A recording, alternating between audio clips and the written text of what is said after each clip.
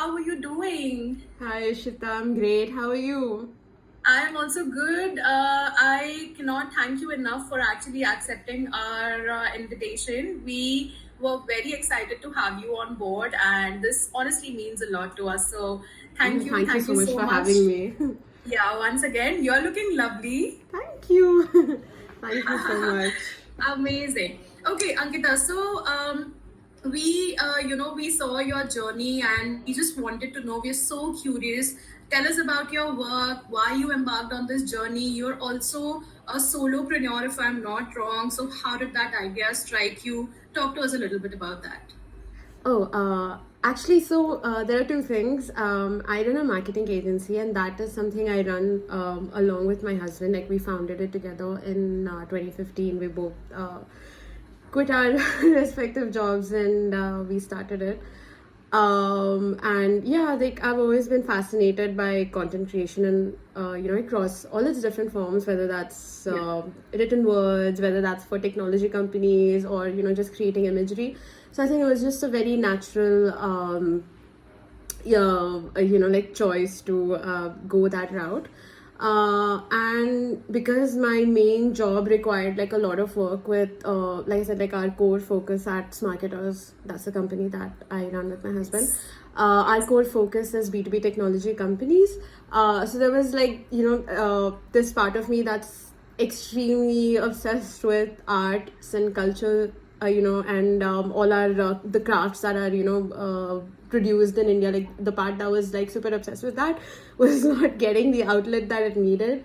So that sort of got me on the journey of starting my Instagram account. And Nice. Also, I didn't grow up in India, so I think when I moved here, just being introduced to all of that, or sort of reintroduced to all of that, like from that age, was just made such an impression on me, and it became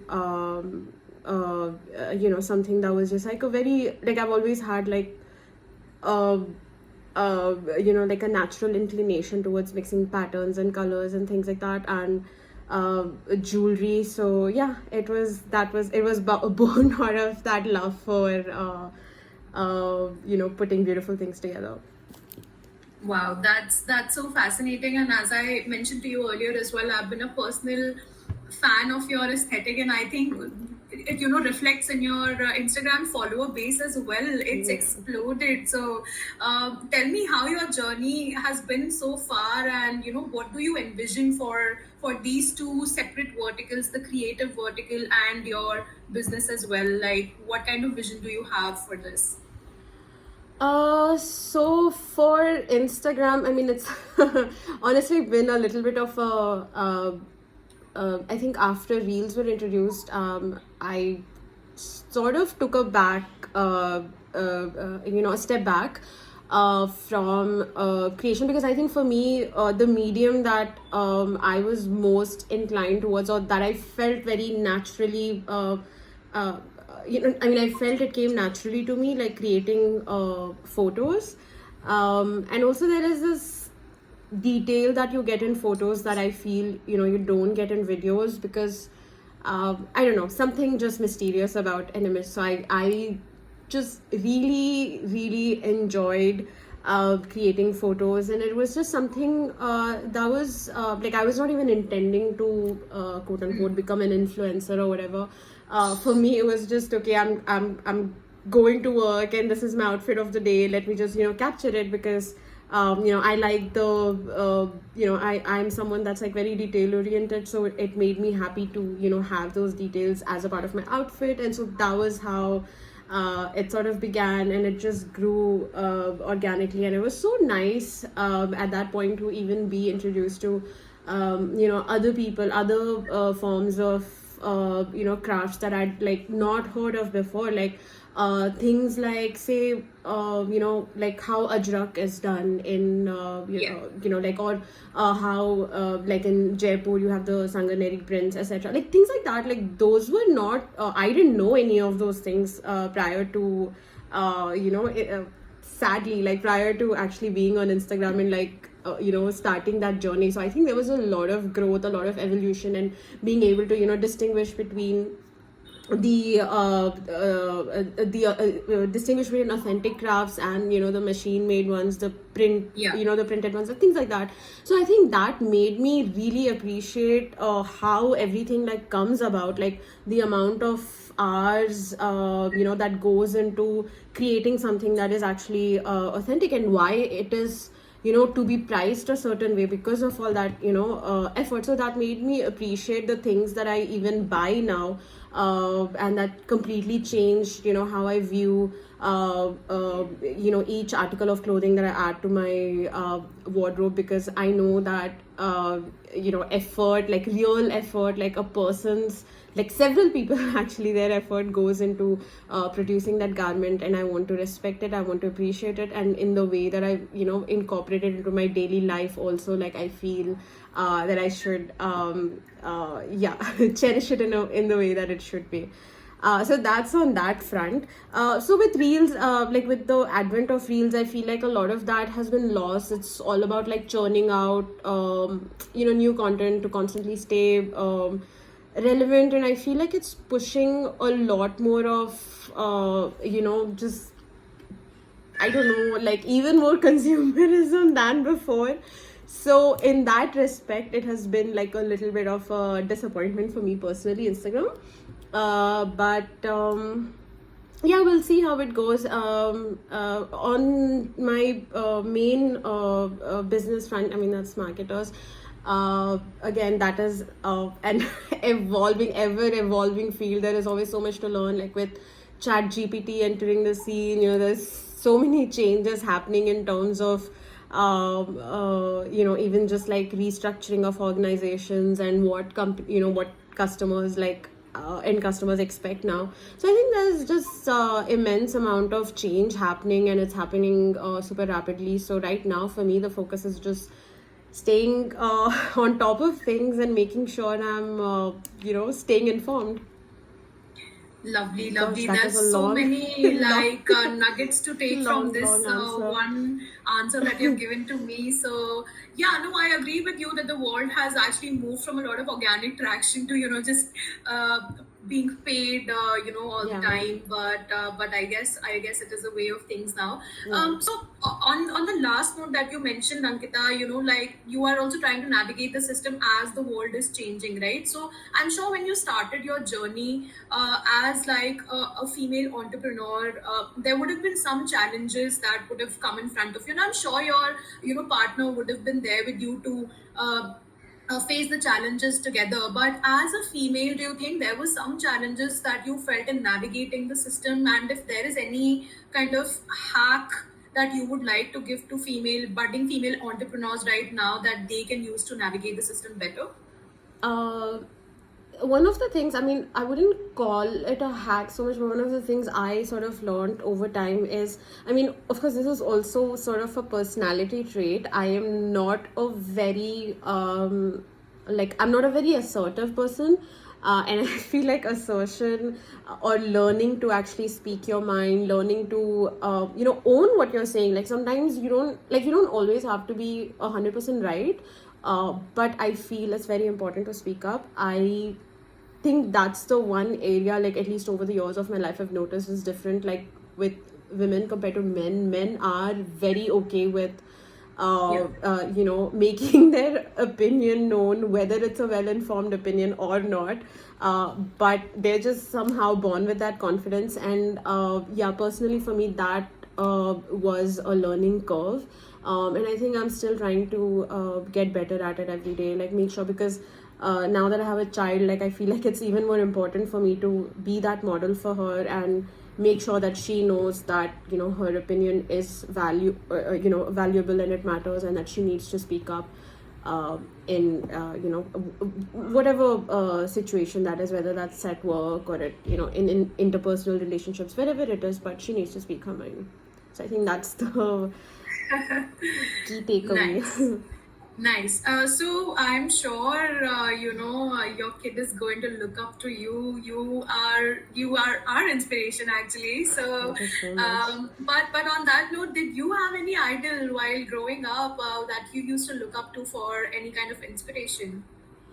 Idols, not so much. I mean, generally, also, I feel like that's just not something I tend to do, in the sense that everyone's, trajectories are so different. And, I can like pick certain pieces of, their journeys that I would like or want to emulate, but I know that I wouldn't want the entire path. So I don't usually like, have idols of any sort, but I do, appreciate certain, aspects of people's, trajectories, whether that's career trajectory or just the way they've like, dealt with their Yeah. personal life or whatever. To me, the two things that I really, really appreciate in people at this stage in life is A, their ability to communicate. This is something I didn't honestly think about so much over the years. Like, you would think of communication as, you're just talking to another person, you're making a point known, and like, that's where it ends. But it's not. Like, communication is so much more, and that layered sort of interpersonal communication, I think very few people have a handle of it, like where they're able to like get a point across, share a point, but also do it in a way that respects the other person's intelligence. And I think that's like a beautiful quality that I find in people. And the other thing is also, sort of, I mean, I don't want to call it work life balance, because I think it's like such a, like, everyone talks about this, like, how you do this work, but I do not think, like, I mean, personally, at least for me, like, that is not the approach. For me, my life and, like, the people that I love, like, always come first for me. And so for me, it's like more the quality of life that I'm looking at. Work for me is a way to sort of make that quality of life happen. But finally, for me, quality of life is equal to like the time I get to spend with those I love. So I am really impressed by people, like, I think especially like in continents like Europe, where they're just like, off for a month, they're just their email is just set to, like, do not bother me, and they're gone for that month. They're actually completely cut off, and uh I think that's amazing. So I am willing to I don't know, like, almost say sacrifice on, quote unquote, against success, because success has like such vastly different definitions for people. But I'm willing to sacrifice on that if it means I have a better quality of life, which again to me translates to quality moments with people I Lovely, love. lovely. No, you're absolutely right. I think the definitions of success, has changed so vastly for so many people. I think people are defining and pegging success at their own pace, Yeah. in their definitions, or in their vocabulary, or in which phase do they need to achieve what kind of success. So you are right. Actually, most of the times, I think I'm optimizing for happiness. It could sound a little vague, but I think once you've got like a good feel of what it feels to Yeah. operate at that particular level in life, I think you Yeah. would always seek out for those tiny little moments that you mentioned. Yeah. All right, Right. perfect.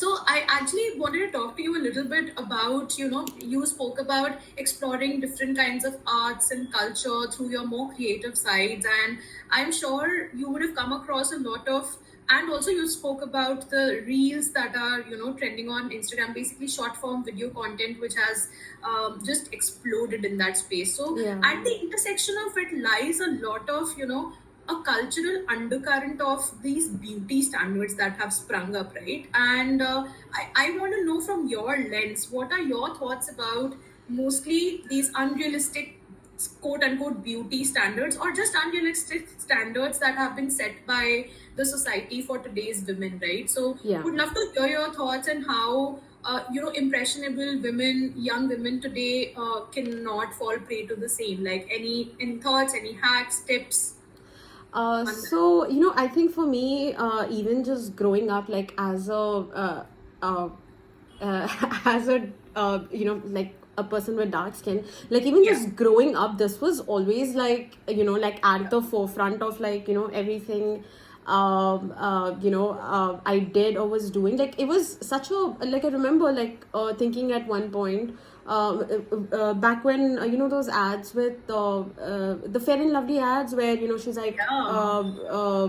where she suddenly becomes fair and gets like the job of her dreams, or finds a guy, etc. I remember there was one point at which I did think, like someday, like if I have to get married, like I have to be super successful, and that's how I'm gonna land land a guy. I think for me, like that has always been like in the background of like everything I did. But I also think my parents somehow did a fantastic job of ensuring my self-esteem was always like rock solid. So this is actually something I was even talking about recently on Instagram, because for some reason, even though I had like people like make comments to my face, somehow I was just like, I always thought really nicely of myself, and I wasn't like, oh my god, like I'm so gorgeous. Like that's not what it was. It was just that I felt I was really special. I sound so narcissistic even when I'm like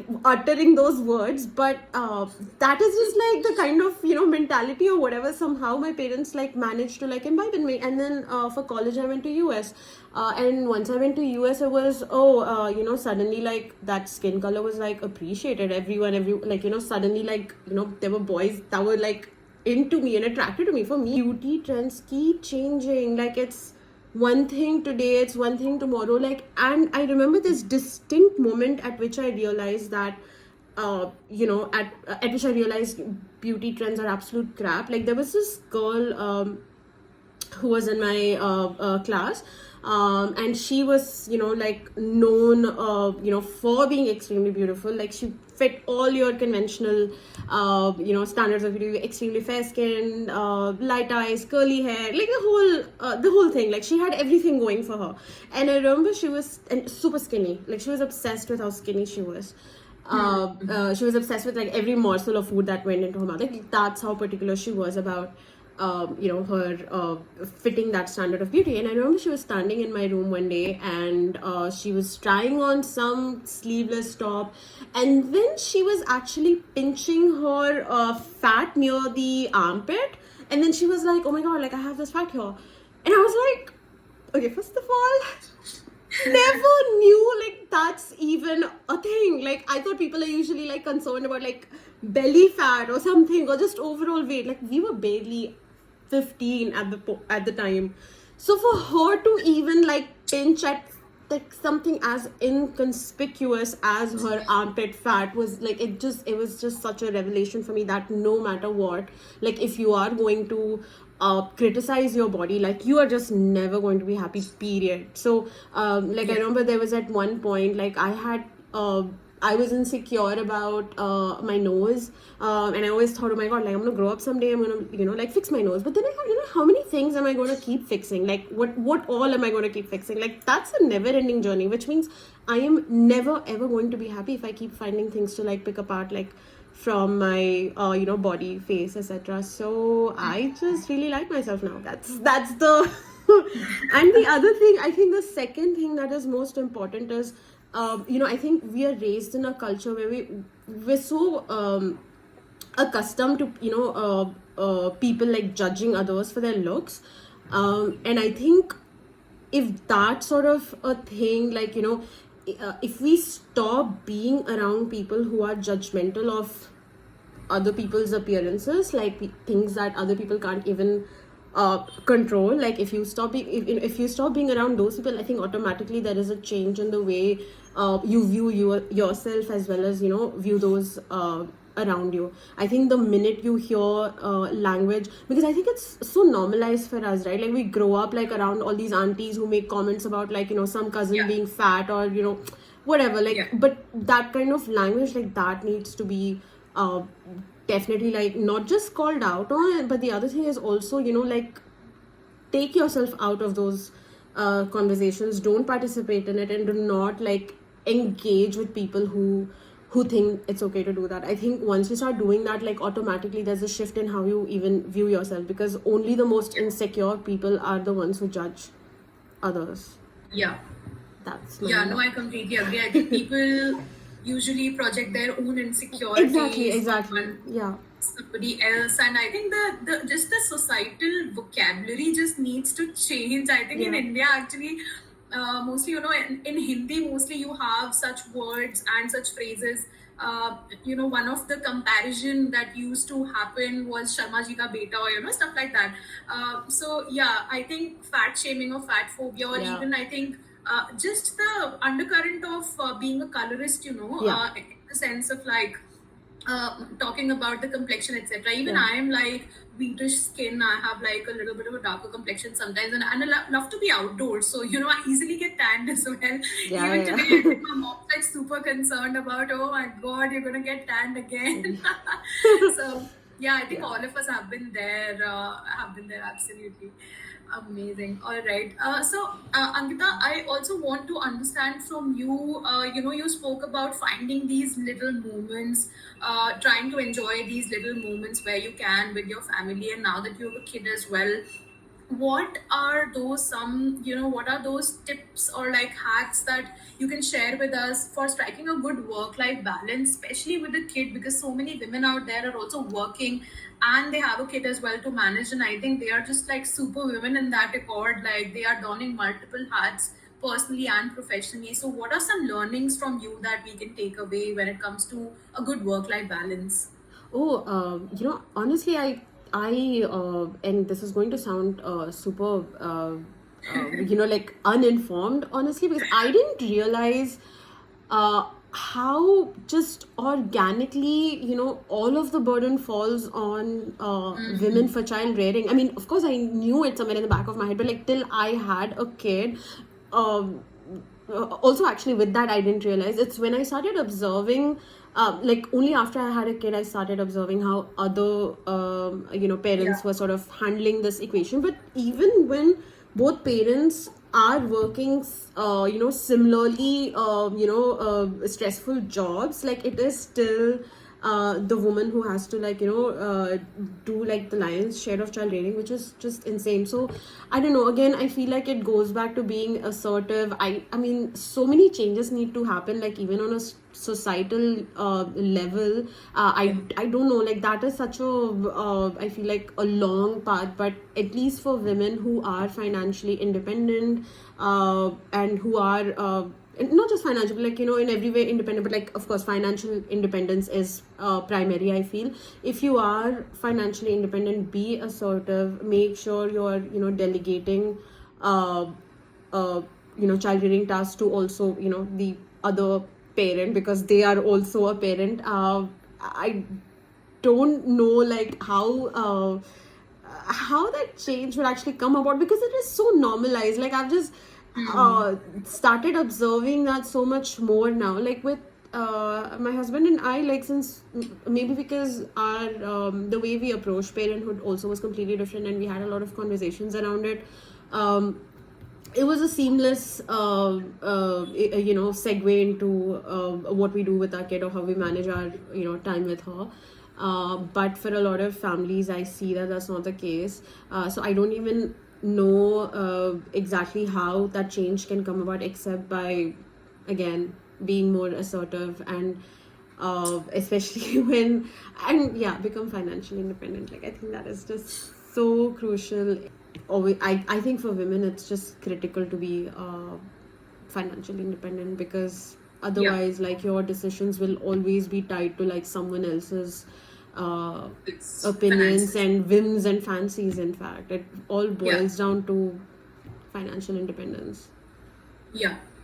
No, you're absolutely right. I think we are seeing minor changes. I think slow changes, actually, not minor. The Yeah. shift has been big, but I think it's super slow in India. At least I think it'll still take a lot of time and a lot of, I think, effort. At our front as well. People like you Yeah. being vocal about all of these kind of things, and just women in general need to be more uplifting and helpful towards other Yeah. women. So I'm actually glad for spaces like Leap Club and Koto that have come up in our generation, where women can exclusively network with each other. So it's really endearing to see that Yeah. women are taking the lead now, and actually this was the main idea behind having this movement also going along, that you can be confident in your skin. You Yeah. can just try to actually get hold of things yourself. I think just women just need a little bit of push sometimes. So Yeah. I'm making a mental Actually. note right now to be kind to myself and be kind to every other woman I come Yeah. across, because so many of us have so many other stories attached as well. Okay, perfect. So, any last thoughts on Women's Day as an occasion, and how do you think, on that note, how do you think society can just simply do better for women empowerment? And any anecdotal things you can remember right now to share with us, where you might have felt that, hey, like, you can simply just be better by not being unkind, or just simply being polite or honest about things. I feel like one of the biggest things that I personally uh, feel, for women, or what I would want, for my child to even just grow up with, is knowing that she has the freedom of choice.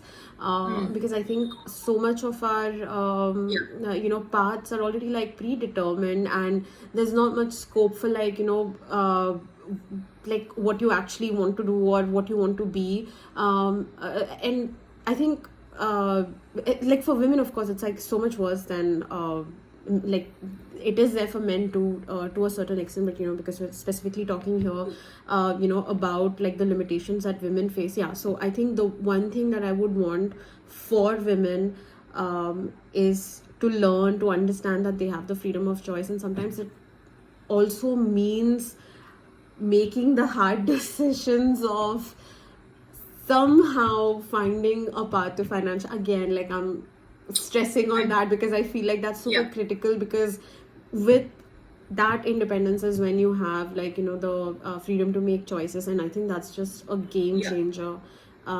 Otherwise, like it's just a life of living according to others, expectations and ideals, and then it's just a trap that like keeps you in there, like you're just like sucked in. There is nothing you can even do to like get out. So I think for women, especially when you still have the uh, you know uh, it, the space to make change, I think that's where, I think all of your energy to should go.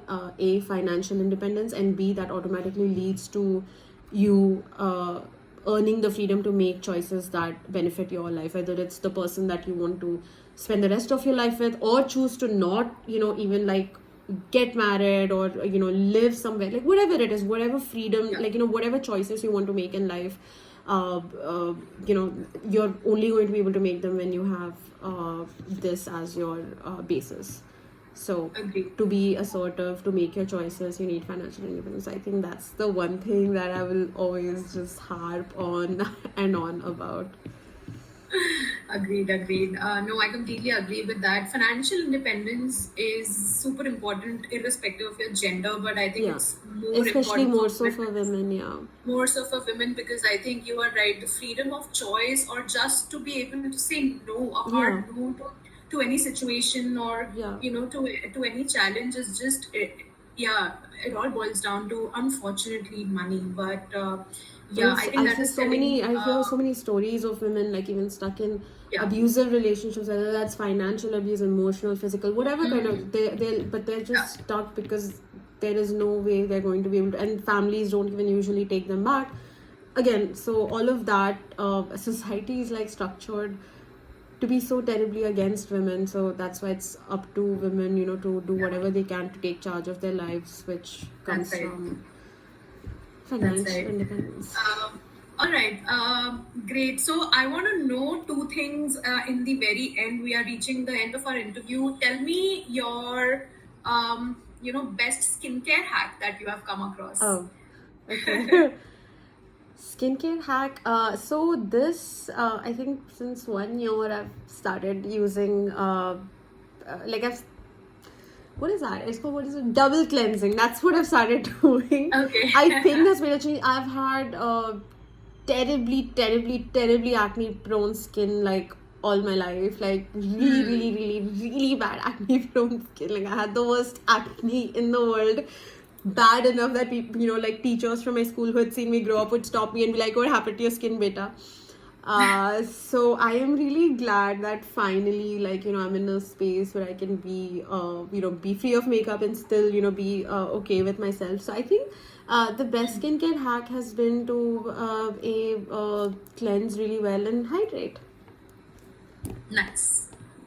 Nice, interesting. So, I also have acne prone skin, and I think after trying out so many products, the number one hack that worked out for me was double cleansing. So, double cleanse when Yeah, you, that's exactly, yeah. I yeah, when you make wake up sure in the I morning, double religiously do cleanse it. before Yeah, you like go to sleep in the night. I I think that was religiously like do that. a game changer for Yeah. me. But yeah, okay. And the second question I want to know: are you reading something currently, or any book recommendation that you would like to give us as a parting gift? Oh, okay. So book recommendation, I would 100%, and this is something that I keep gifting to my friends also. It's *Sapiens*, by Lovely. yeah. I think almost everyone has read it by now. But I grew up in a super religious environment, and so I was also like very religious growing up, like for several years, but that also limited like a lot of my thinking. I think reading this book, which was again like a recommendation by another friend, really changed, it blew my mind. Because I hadn't I mean, it's not even about like how accurate the book is or whatever, but for me, like even being able to like being exposed to an alternate way of thinking, or Yeah. realizing that, hey, actually there are all these loopholes in religion, was I think a major game changer, because like well into adulthood is when I actually started questioning those things. So yeah, that is one of my favorite books. That's something that I'm always like gifting people, because I think it just really opens up Nice. so many like lines of thinking. Nice, nice. That's really good to know. It's a very interesting book. I've read it myself, and you're right. Actually, it just changes the way I think you start looking at things, because a lot of my perceptions also, got challenged in a way, and it was interesting. Have you been able to catch up to the sequel of that Homogeneous, book? yeah. I've actually begun that, and I got all three from the from that set, but Yeah, the third 21 one, lessons 21 for lessons I haven't gotten to yet. 21st Homogeneous I century. have, Yeah, yeah, that's but right. it was insane because Homogeneous was like, there was, I mean, that whole COVID, like nearly COVID like prediction in that book was just mind blowing. Yeah, I was that's like, oh right. my god. So That's right. yeah, but like also it was not something that's like like a miraculous prediction or something. It's like a very scientifically deduced sort of a Yes. analysis, and I think that is what like really interested me, like realizing that so many things that we, it's so easy to pass something away as a like a miracle, or like something like whatever, like that some godman is telling you, whereas in reality, like so much of it is Yeah. just like good predictive analysis. So I think Yeah. that was interesting. Yeah. All right. With this, we have come to the end of our interview. Ankita, thank you Oh so yeah. much. I had a ball for time talking to you about so many things. You were Thank lovely as you. always. Thank you. Thank you so much.